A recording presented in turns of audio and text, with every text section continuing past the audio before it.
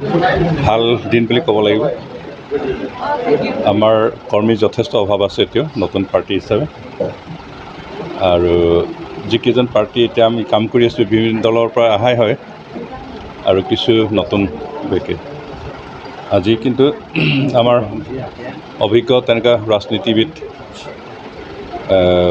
এজন কংগ্ৰেছত আৰু এজন BPF থকা তেনেকুৱা ৰাজনীতিক কৰ্মী এই দললৈ যোগদান কৰিছে। আমাৰ প্ৰাক্তন MLA চন্দী বসুমতাৰী ডাঙৰীয়া আৰু লগতে আমাৰ শ্ৰীৰামপুৰ সমষ্টিৰ পৰা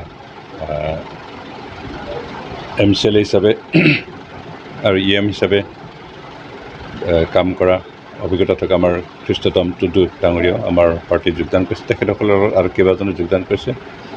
আমি তেখেতসকলক আদৰণি জনাইছোঁ আমাৰ পাৰ্টীলৈ, আৰু বিশেষকৈ তেখেতসকলৰ ওচৰত এটা অনুৰোধ থাকিল যে নতুন দল হিচাপে আমাৰ যথেষ্ট সমস্যা থাকিব, যথেষ্ট অভাৱ থাকিব, কিন্তু তেনেকুৱা সমস্যাৰ মাজতো অভাৱৰ মাজতো তেখেতসকলে আমাৰ লগত সহযোগ কৰি যাতে এই অঞ্চলৰ উন্নয়নৰ কাৰণে, এই অঞ্চলত বসবাস কৰা আটাই জাতি জনগোষ্ঠীৰ সম অধিকাৰৰ কাৰণে কাম কৰিব, আৰু চৰকাৰে যি সিদ্ধান্ত লয় সেই সিদ্ধান্ত মতে তেওঁলোকে সিদ্ধান্তবোৰ আমাৰ তৃণমূল পৰ্যায়ত ব্যৱহাৰ কৰাৰ ক্ষেত্ৰত তেখেতসকলে যাতে সহযোগ কৰিব তাৰ কাৰণে এটা থাকিল।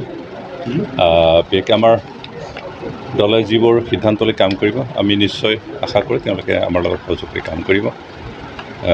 ইয়াত বিভিন্ন ৰাজনৈতিক দলৰ পৰা অহাৰ কাৰণে হয়তো নতুন নতুন অলপ আচহুৱা লাগিব, কিন্তু সময়ে তেওঁলোকক শিকাব আমি যি আদৰ্শ লৈ, যি নীতি লৈ, যি কাৰ্যসূচী লৈ কাম কৰিব ওলাইছোঁ তেওঁলোকে জানিব আৰু নিশ্চয় কাম কৰাত একো অসুবিধা নাপাব।